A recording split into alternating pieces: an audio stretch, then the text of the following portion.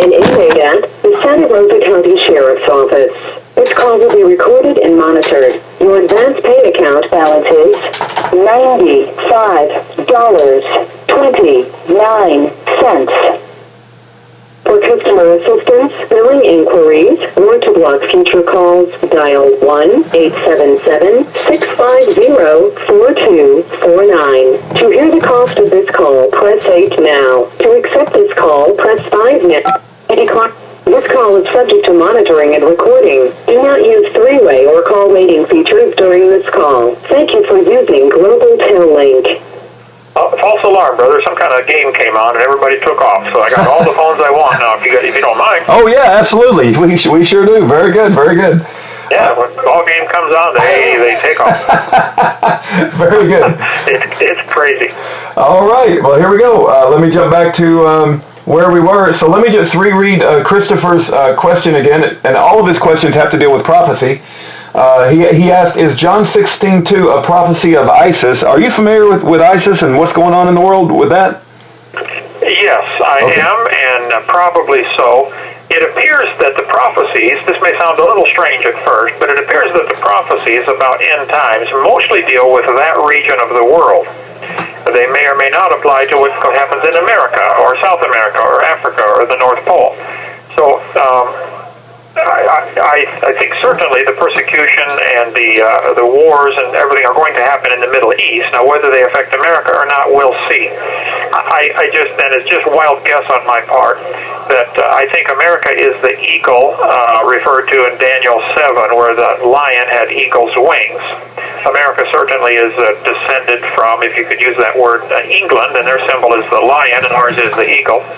And so I think England and America will be an alliance, and the eagle's wings will be plucked. I think you're going to see America become a non-entity as far as a world power here very soon. We'll see how long. So to me, the three beasts, and then the one that doesn't even have a beast for it, just for 10 nations getting together, I suspect that's going to be probably the Muslim nations that surround Israel, the 10 nations. So read my book, What on Earth's About to Happen, where I cover that topic. Yes, I do think ISIS is probably it. Of course, it could be another 100 years till the Lord comes back, and another group might come up. Okay. Some other group may come on the same, but it looks to me like that's probably it. Okay.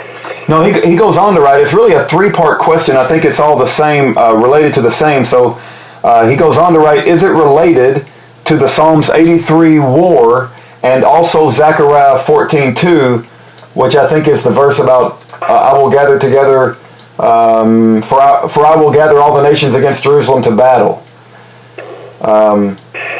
Yep. Right. There have been several times in history where Jerusalem's been attacked by all of its neighbors, and sometimes they lose, and sometimes God delivers them, like in the days of Hezekiah. I think that many prophecies have a double or triple fulfillment, where it happens once and then it happens again.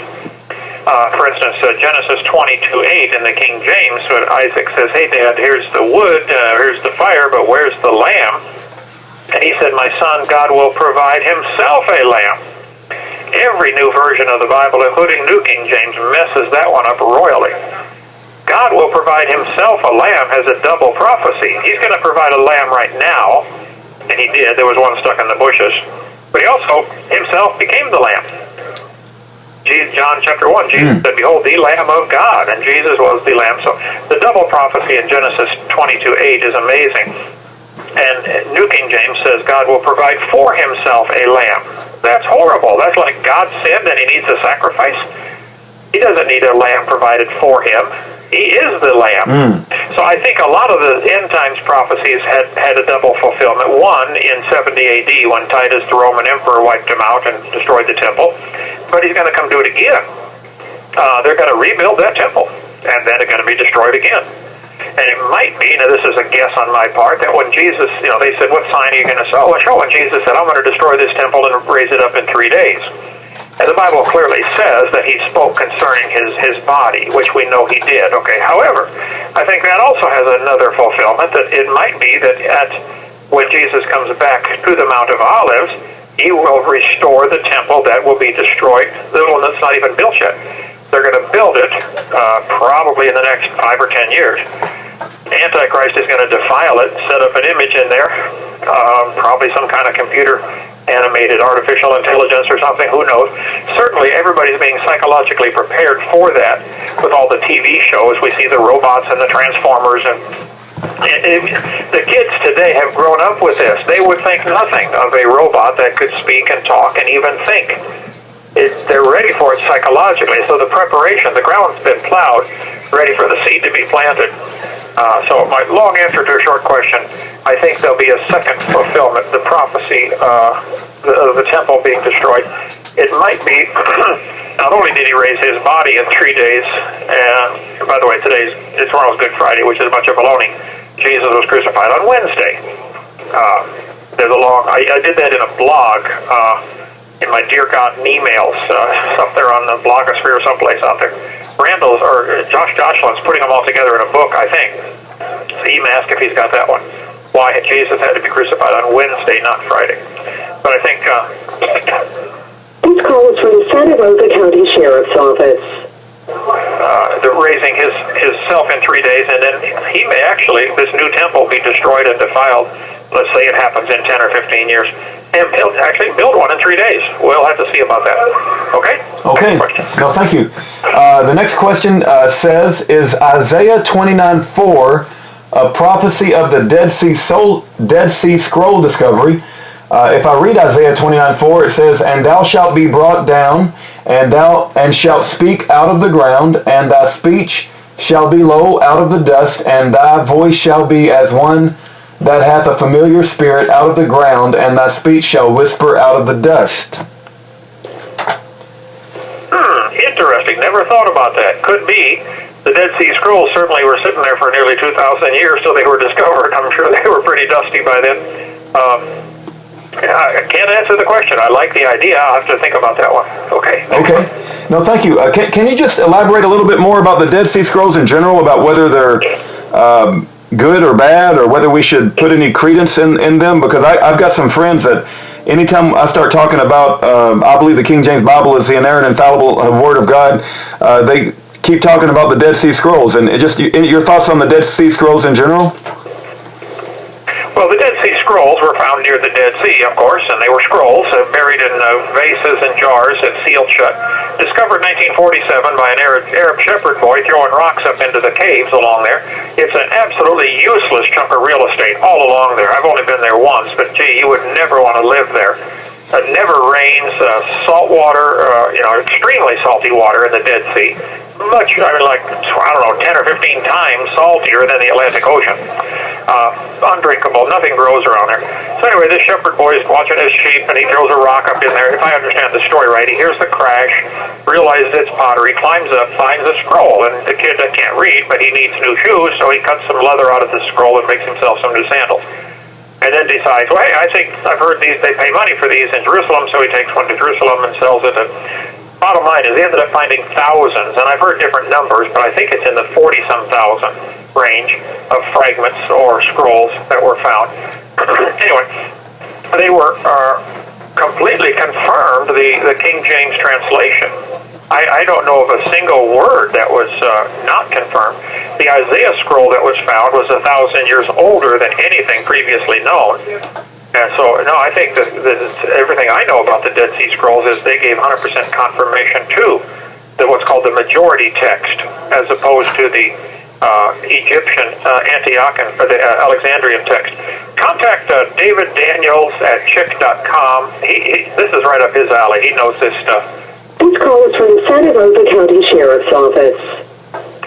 CHICK. They produce the little Chick gospel tracts. But David Daniels is an expert on that. He'll know all about the Dead Sea Scrolls. Tell him I said hi. Okay. No, thank you. Thank you, Pastor Hovind. The next question is still, these are all from Christopher, by the way. The next question from Christopher is the Valley of Dry Bones a World War II concentration camp prophecy? The mass graves of Auschwitz. Well, I don't know, or maybe just Israel in general. They've been persecuted all through their history. I mean, for the last 2,000 years. It's not just Auschwitz and Flossenburg and Dachau. I mean, it's in France. It happened in the 1300s. It happened all through there. The last 2,000 years is a long river of blood for the poor Jews. And so the persecution's been incredible. It's like I said, it's not just Germany. It happened in Yugoslavia and Bosnia and Albania, and they've been kicked out of every place. In America, there was discrimination against Jews. Before World War II, look at the immigration quotas. How many were allowed to come to America from each country? Norwegians, come on in. Germans, come on in. Jews, no, sorry, only 1,000 a year, or something like that. They restricted them by the immigration quotas. So they've been a really persecuted people for a long time. But whether it's just Auschwitz or the concentration camps, I think it's probably bigger than that. I think the Valley of Dry Bones is certainly symbolic of God bringing Israel back. I don't know of any country in history that's ever disappeared and then come back to prominence. Usually they disappear and get blended in with somebody else, and you never hear from them again. So I'm sure somebody's made that their whole ministry, preaching on the dry bones, but that's my take on it. I think it's bigger than just Auschwitz. I think that's part of it. So the answer would be yes, plus more. Okay? Okay. Now, thank you, Pastor Hovind. Here's Christopher's last question. The Pope sat on the throne of David in the room of the Last Supper back in 2013. And I'm not sure what that means, the room of the Last Supper. But anyway, he says, could this be the Abomination of Desolation? No, I think the Abomination of Desolation, the throne of David would not be what's desolated. It's the temple of God. The throne of David is not the temple of God. The temple is going to be rebuilt. The actual physical temple will be rebuilt. And then it'll be desolated in the middle of that 70th week. And it's pretty obvious from reading Daniel that each week represents a group of 7 years. Daniel said the angel told him, 70 weeks are determined upon thy people. This is for the Jews, Daniel's people. This doesn't apply to the rest of the world. He said, you got 70 weeks. The first 69 weeks happened already and were fulfilled when Jesus rode into Jerusalem and they rejected him, which would have been, in the next couple of weeks we celebrate that time, the Passover and the crucifixion. The last week, the 70th week, will start when a treaty is made. You can read that in Daniel 9:27. And he shall make a covenant with many for 1 week. The he is pretty obviously the Antichrist, and the many is probably the Muslim nations around him, or maybe the United Nations. But there's going to be some kind of treaty or covenant made between the he, which is the Antichrist, and the many, which I think is probably the Muslim nations that surround Israel. And they're going to make an agreement. Hey guys, let's not fight for a while. They make a 7-year treaty. In the Quran, the Muslims teach their Messiah is going to come and make either a 7, a 13, or a 19-year treaty, something like that. They offer 3 options. It's going to be the 7. And in the middle of that week, which would be 3.5 years, he's going to break the treaty, and they're going to set up an image. And if you look at 2 Thessalonians chapter 2, verses 1, 2, and 3, in a King James, be sure to get a King James on any verse, but especially that one. The day of Christ cannot come until the Antichrist is revealed. That is what's called the Abomination of Desolation, which is mentioned in Matthew 24, Mark 13, Luke 21, and all that's in my book on End Times, which I wrote. And when I get out of here, I'm going to do a whole seminar with videos in 3rd grade, 4th grade level, like I always do. I'll explain it with pictures and charts and everything else, and make it where anybody, they may not agree, but they'll sure understand what I believe on the topic. Okay. All right, we're looking forward to that. Okay, this next question has to deal with CERN, C-E-R-N. I see a lot of stuff on this, Pastor Hovind, on the internet. Everybody seems to be talking about it. But here's what this gentleman writes. They are getting ready to conduct an experiment with CERN, a machine that collides atoms, and one of their directors said that they may be able to open up portals/doors in the universe that something might come out of, or we can send something into it. Should that... We have 60 seconds remaining. Should that bother us, and if so, why? I think it's an extremely expensive science experiment, and you have nothing to fear. All right. Like to smash an atom and find out they'll smash an atom and find out it's made of smaller parts. Okay. And then what? And then smash those parts and find out they're made of smaller parts. That's right. Okay? No, they're not going to do anything. I mean, we did get the nuclear bomb from this type of research and the atomic bomb, etc., so they make it some new weapon, but no, they're not going to open up a portal into anything. I would be willing to bet money on that. Very good. All right. Are there more, brother? I would have to organize. I would have to organize them. Maybe it's better if we picked it up tomorrow morning and let me spend some time tonight and organize them. Sounds great. Thank you, brother. I have